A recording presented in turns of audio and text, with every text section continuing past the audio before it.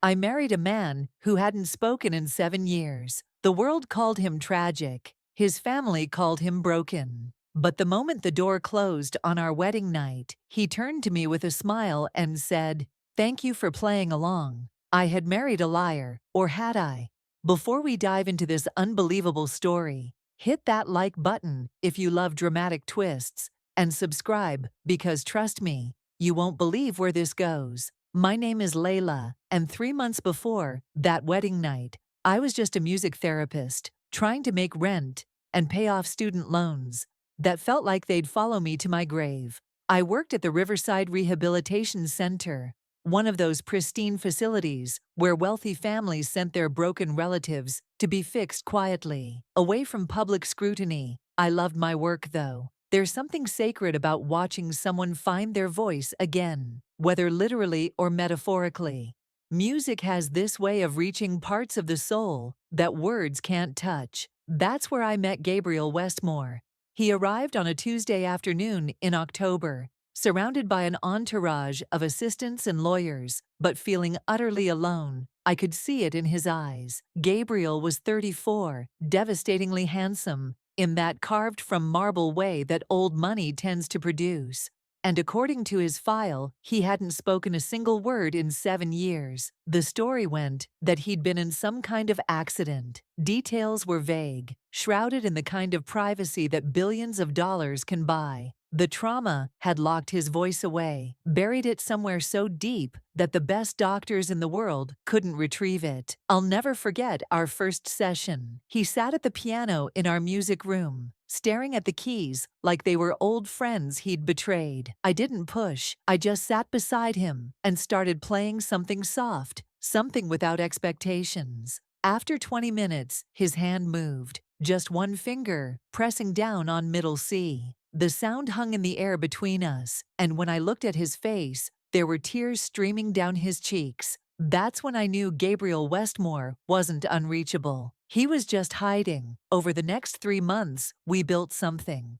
Not romance, at least not consciously, but connection. Real, human connection. He'd communicate through his tablet, typing out thoughts that were surprisingly witty and devastatingly honest. We'd spend hours in that music room, and gradually he started humming, then mouthing words, small victories that felt monumental. His family barely visited. His mother, Patricia, came once, spent 15 minutes discussing his appearance, and left. His brother Donovan showed up twice, always on phone calls, barely acknowledging Gabriel existed. There was also Cordelia Van Horn, this socialite who'd apparently been waiting for Gabriel. Convinced they'd marry once he recovered, she'd sweep in wearing designer everything, pat his hand like he was a child, and leave lipstick marks on his cheek that he'd wipe away the moment she left. I saw what they couldn't see, or maybe what they chose not to see. Behind the silence was a man observing everything, calculating, thinking. Gabriel's eyes missed nothing. They tracked conversations, flickered with amusement, or anger, or sadness. He was present in ways that people who talked constantly never managed to be. Then came the letter. His assistant hand-delivered it to my apartment on a Friday evening.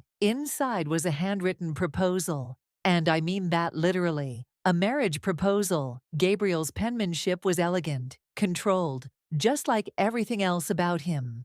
He wrote that his family was pressuring him to marry Cordelia, that they were making decisions about his life as if he had no say.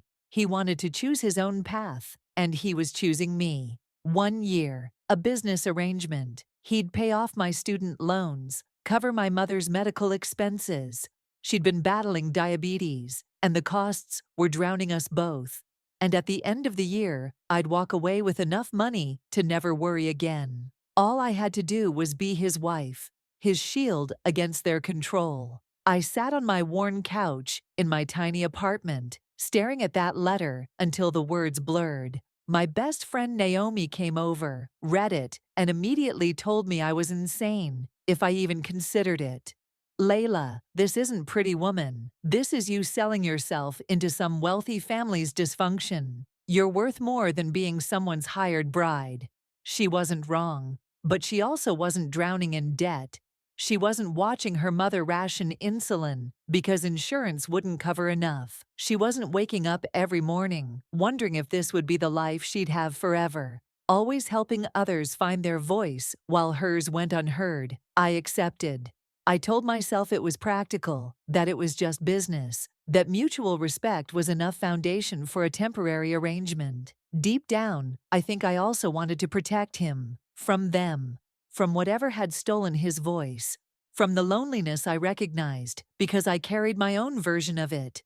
The wedding was exactly what you'd expect from the Westmore family. Elaborate, expensive, and entirely lacking in warmth. The ceremony took place at their estate, this sprawling monument to wealth that felt more like a museum than a home. I wore a dress that cost more than my car, and I felt like an imposter every second Patricia Westmore looked at me like I was something she'd scraped off her shoe. She didn't say it directly, but her silence communicated everything I didn't belong. I wasn't their kind.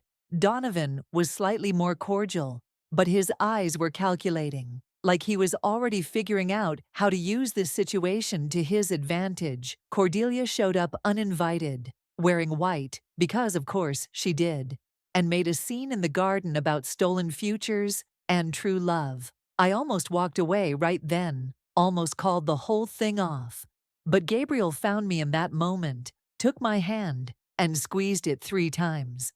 A simple gesture that somehow steadied the ground beneath my feet. We got through the ceremony. We smiled for photos that would appear in society pages. We cut a cake neither of us would eat. And finally, mercifully, we retreated to the private wing of the estate.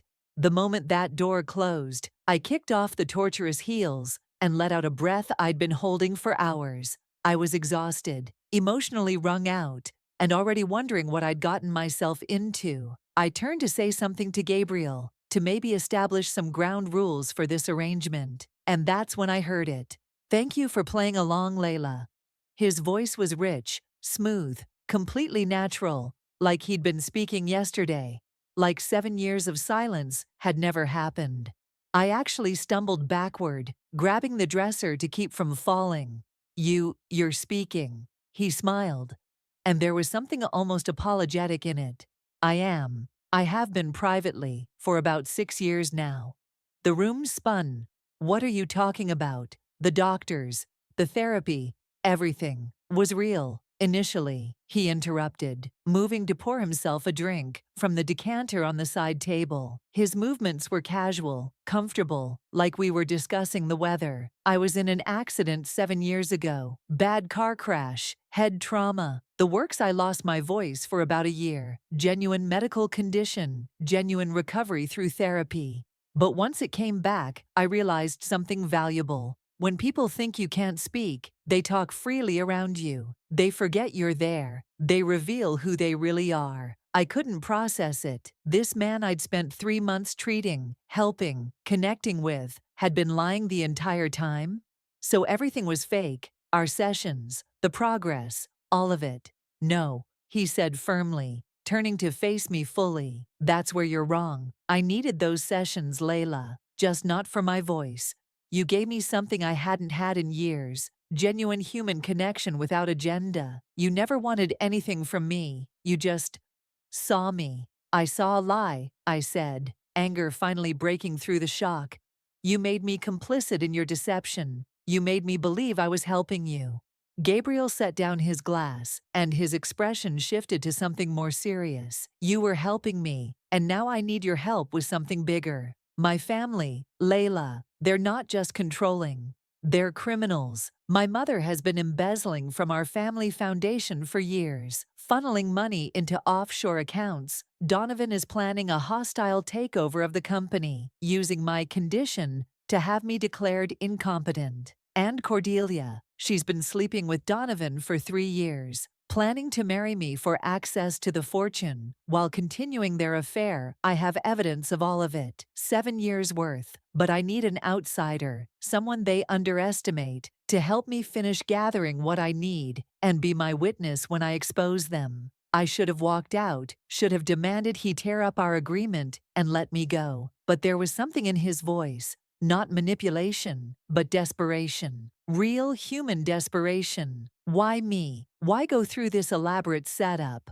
Because you're the only person in my life, in the last 7 years, who's been genuine. The only one who didn't want something from me. Well, except security for you and your mother, which is honest and understandable. I trust you, Layla, and I know that trust might seem worthless right now, but it's all I have to offer. I stood there in that enormous bedroom, wearing a wedding dress that wasn't really mine, married to a man who just revealed he'd been lying about his most basic ability.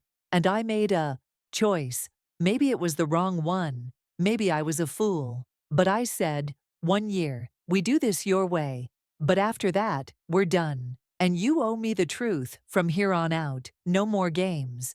He nodded, relief visible on his face. No more games, I promise. That promise lasted exactly until morning, when Gabriel returned to his public silence, as if our conversation had never happened. Watching him slip back into that role was unsettling.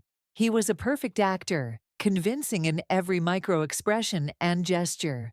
Meanwhile, Patricia announced over breakfast that I would need to be properly integrated into the family, which apparently meant a series of social events designed to highlight every way I didn't belong. The first was a charity gala. 3 days after the wedding, I was dressed by a stylist Patricia hired, wearing something expensive, but somehow designed to make me look like I was trying too hard. The other women there, old money, society fixtures, circled like sharks. They asked where I'd gone to school, what my family did, whether I understood the responsibilities of being a Westmore. Every question was a tiny cut, designed to make me bleed in small, unnoticeable ways. But something unexpected happened. Maybe it was anger at Gabriel's deception, or maybe it was just exhaustion with being underestimated my whole life. But I didn't fold. I answered every question with grace, deflected every barb with humor, and by the end of the night, I'd actually won over some of them. I saw Gabriel watching from across the room, and even in his silence, I could read the surprise in his eyes. That night, back in our separate bedrooms, in the estate's private wing, Gabriel came to my door. "You were remarkable tonight," he said softly. It still startled me, hearing his voice in private, while maintaining his silence everywhere else. "Don't patronize me," I replied, not looking up from the book I was pretending to read. "I'm not, I mean it. They're not easy, those women. They've made grown men cry. But you handled them like you'd been doing it your whole life." I finally met his eyes. "I've been handling people who underestimate me my whole life, Gabriel. Your family isn't special in that regard. They're just richer."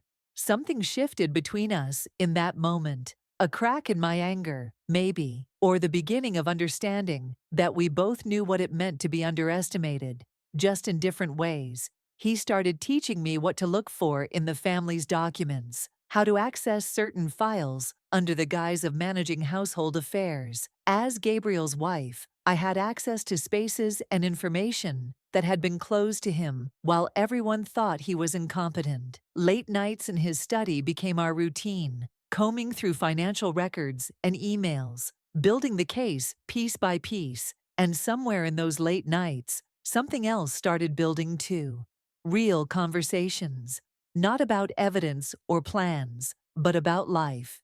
He told me about growing up in a family where love was transactional, where every relationship was a negotiation. I told him about growing up with nothing but love, how my mother worked 3 jobs to put me through school, how I'd built everything from scratch only to watch it all go to debt. We laughed, actually laughed, over dinner one night about something ridiculous in a document we'd found, and then both stopped, startled by how natural it felt. But the danger was escalating too. Patricia started questioning why I spent so much time in Gabriel's study. Donovan tried to bribe me one afternoon, offering me double what Gabriel was paying if I'd just leave and make it easy. When I refused, his friendly mask slipped, and I saw the threat beneath it. Cordelia tried to frame me for stealing a family heirloom, planting it in my room, and then discovering it during a family gathering.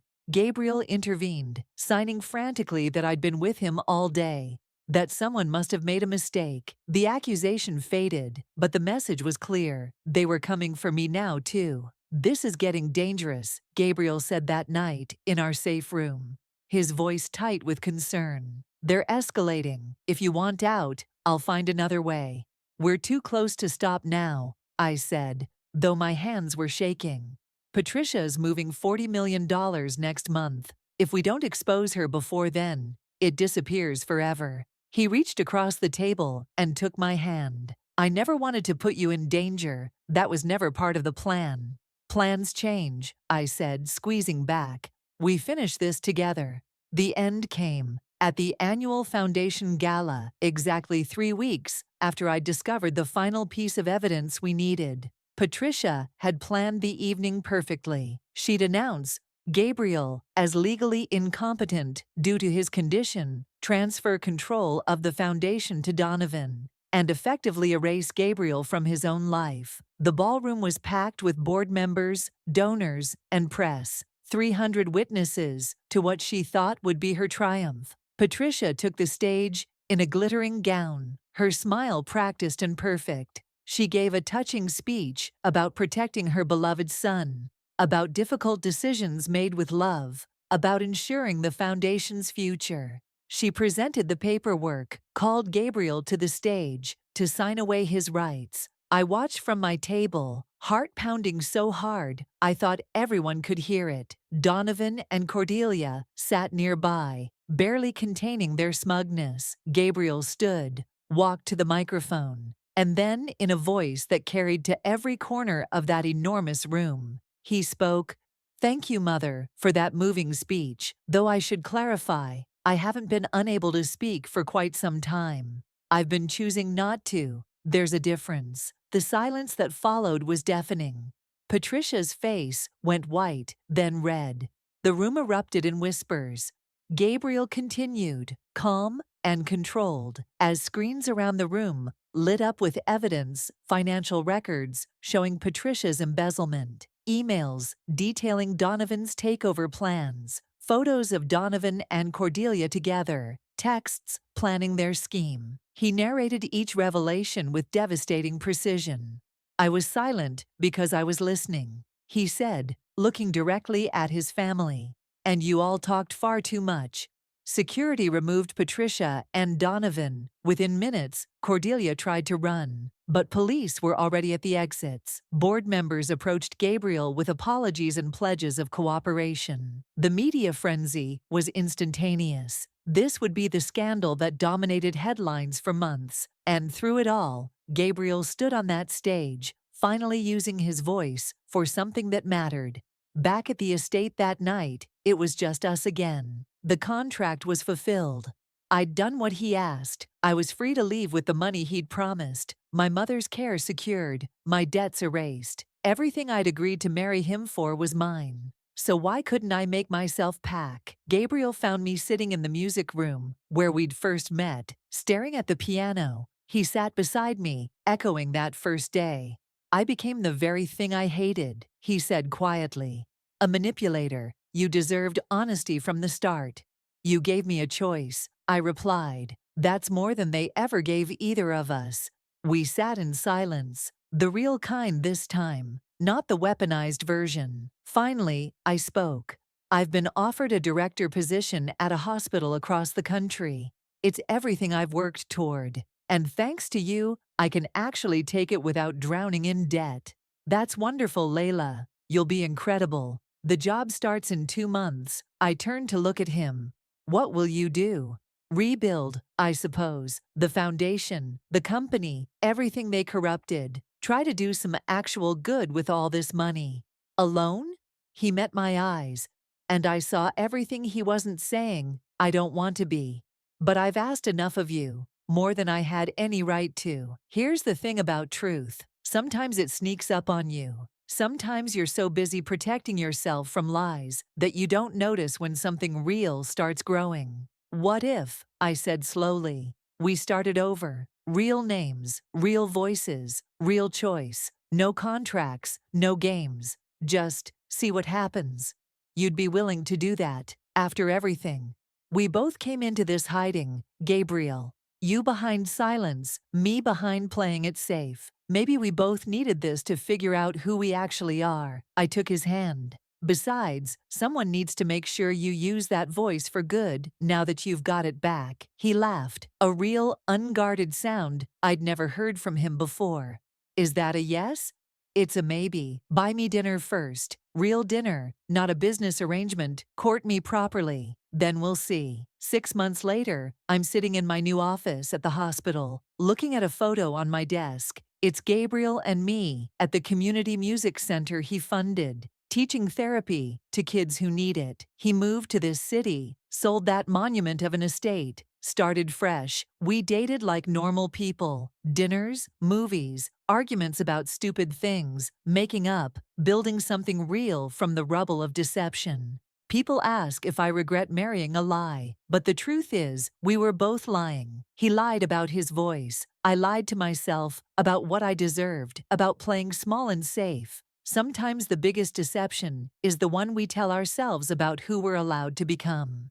Gabriel's family thought his silence made him weak. They thought I was just some opportunistic outsider. They underestimated both of us. The last I heard, Patricia got 7 years for embezzlement. Donovan took a plea deal for fraud. Cordelia's social standing never recovered, which to her might be worse than prison. The Westmore Foundation is actually helping people now, doing the work it was always meant to do. And Gabriel, he uses his voice every day, advocating, helping, building, not hiding anymore. Neither of us is hiding anymore. If this story left you stunned, smash that like button and share it with someone who loves a good plot twist. Subscribe for more incredible stories where karma comes full circle. Drop a comment telling me, would you have stayed or walked away? Thanks for watching, and I'll see you in the next one.